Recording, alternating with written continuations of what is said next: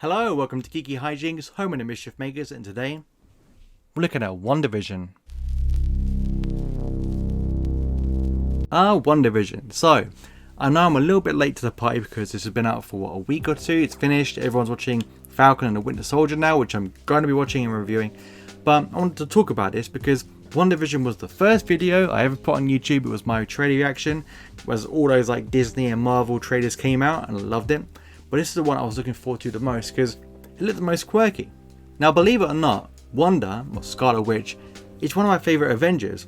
Not before the films came out, since she was introduced in Age of Ultron.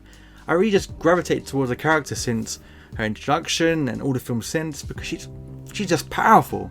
And I love characters. And I use Doctor Who for example, before they butchered it. But what I liked about Doctor in those shows was he had this power, his inner power that the whole universe was scared of, and you never really saw the full potential of him. And I love that about a character when you know they have this inner, like Gohan from Dragon Ball Z, like from the very beginning he had this inner strength, and in the Cell games it just came out of him, and then he sort of got really weak from the Boo Saga onwards. But you know what I mean. But Wanda's the same. She has this really like inner power, and you know she's strong as crap. Look at like Civil War, like she kicked ass in that. Look at Infinity War. My God, she just destroyed everyone in Wakanda. That scene was amazing. Everyone was like, where was she the whole time? And even in Endgame, she almost killed Thanos, because she almost killed Thanos. She was like tearing him apart until he used those little cheap like shenanigans and all the missiles came from the sky. And then this TV show had to reference, well, Captain Marvel almost killed her, or killed him. And I was like, no, Scarlet Witch like would have killed him beforehand, so shush. So, what is the series about exactly? Well, it kind of follows on from, I suppose, Endgame, because in Infinity War, Vision was killed not once, but twice. Once by Wanda herself, because he had the Mind Stone. And if Thanos got hold of the Mind Stone, that was the last stone he needed for the Infinity Gauntlet. Is that what it's called? Infinity Gauntlet? Yeah, I actually don't know what it's called. Infinity Gauntlet, that's what I'm going to call it. If I got it wrong, kill me. That was the last stone he needed, and so Vision was like to Wanda, kill me, take me. Without the stone, he can't do anything. So she killed Vision. Which obviously would have traumatized her. Then Thanos rewound time, and then took the Mind Stone, ripped it from Vision's face in a disgracefully, like almost gory way when you see that scene. So she had to see him die twice, once by herself and once by Thanos. And then she got turned into dust and faded away. And then when she came back from Endgame, she was pissed off, almost killed Thanos, and then after that, you don't really see what happens to her. And this is where the show picks up from. Now, what I liked about the show and loved about the show was it deals with grief. Like, how many times have you seen a superhero go through grief? Many times. Spider-Man with Uncle Ben. You got Bruce Wayne with his parents. You've seen him like go through grief, but not deal with the grief. And you see like Wanda, who's lost her parents at a young age, lost her brother in Age of Ultron, and lost Vision twice. That's got to do something to you. And I like the fact it was showing a superhero going through this and what you would do. Because when we're all stressed out and grieving, you can sometimes do crazy things. You might drink too much. You might do a few other things that you regret later down the line. And Wanda's no different. But in this case, and I hope by the title of this video you know this is a spoiler review. So if you don't want to watch this, abandon ship. But generally, Wanda's created this TV world based on the TV shows she used to watch with her parents so that she could learn English. Which is probably the best way to learn English. I've got a friend from work who's Slovakian, and he always says the best way to learn English if you're from a different country is watch films you know, but in the other language, and you just pick it up. So that was a cool little touch the show had. But I love that concept, that to deal with grief, she had to create this world in which it was a facade. She took over a whole town called Westview that exists, and she created a barrier around it which was impenetrable by anyone except for herself. And in this town, everyone that lived there became like this like sitcom like version of the character. So each one was like really like over the top, like they are in sitcoms, but really they're trapped in Wanda's like prison. So Wanda, like what I was talking about with the grief, doing things you regret, she doesn't want to let go of Vision. She's created Vision in this new world, and she doesn't want to lose him. And as each episode goes by, a new tidbit given to you, you sort of realise, oh, okay, I think I know what's going on here. I knew what was going on anyway because I know the story of Wanda creating this false reality from the comics, so I knew what was going on. But if you didn't, it was probably a nice little twist to find out it was her, but you may have seen it coming a mile away. But I loved it. Each episode was so fun, in like the initial ones where it was like the old sitcoms and with the fake canned laughter in the background and the way they acted, and Paul Bettany and Elizabeth Olsen did amazing in this show. Each genre of a sitcom they really went for it. You can tell they were loving this role. And I was getting worried for this TV show because I thought, oh god, I'm not being demoted to TV show. They're not going to be in the movies anymore. Not the case at all. This was just a nice way to give Wanda her own story as well as Vision and show the love they had and the connection they had that you didn't really get too much in the movies, but you can kind of get little hints at in the movies instead. And the acting across the board was so good. Like, this didn't feel like a TV show. I felt I was watching a film, kind of like Justice League Part 1, 2 and 3, but squashed together. The acting was so good. Like I mentioned, Elizabeth Olsen, Paul Bettany, great in this film. And all the other side characters, like the actress who played Monica Rambeau, great. I can't wait to see her in more Marvel shows or even her own film coming up. I loved Darcy and the FBI agent from Ant-Man. I've forgotten his character's name, but he is really enjoyable. I was like, oh, you're really funny in the Ant-Man films. And Darcy, which was alright in the 4 films, but more likeable in this one. Like, again, you take little side characters and you get to flesh them out more. But one of my favourite characters, other than Paul Bettany and Elizabeth Olsen, was Catherine Hahn. I really am sorry for butchering your name. Catherine Hahn, we'll call her. I loved her character. She really was so campy and hammy in those sitcom scenes where the little winks and stuff, the way she was really over the top. Loved that kind of human style. It's very much me.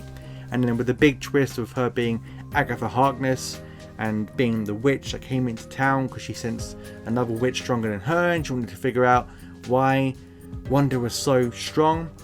And it turns out that Wanda is this so-called Scarlet Witch, which is how she gets her name, which is pretty cool. And that she's like the harbinger of chaos, the bringer of chaos. She's going to bring the end of the world, which is an interesting plotline that can come forward in the movies, which I look forward to seeing. But Catherine Hahn, I almost forgot her name, but Catherine Hahn, loved her character. Like, literally, I like her as isn't me with Catherine Hahn. She's very like enticing. Like, you're drawn to her, and there's something about her portrayal in every property she's been in. But every time she came on screen, I was like, maybe it's the witch in her. She was drawing me towards her. But I loved her performance. And I love the credits. When the credits kicked in and that weird ominous music came on, I was like, I feel scared for some reason. I don't know why, but this music scares me. And yet I need to watch and find out why it does. And also, this was kind of better than some of the Marvel movies. Like the second Thor movie, Iron Man 3. Didn't like Iron Man 3 at all. And a few other Marvel films, Captain Marvel for example. I thought this was better as a TV show than those films. I was like well more engaged, it's way more memorable. I could easily go back to this TV show again and watch it like from start to finish. I enjoyed it that much. It's strange to how some of the effort put into this was sometimes more entertaining than the movies. And the finale, I'm going to talk about the finale now.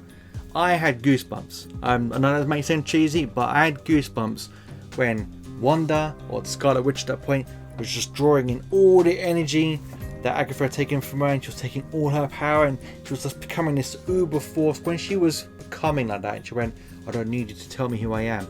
I was like, my god, that was amazing.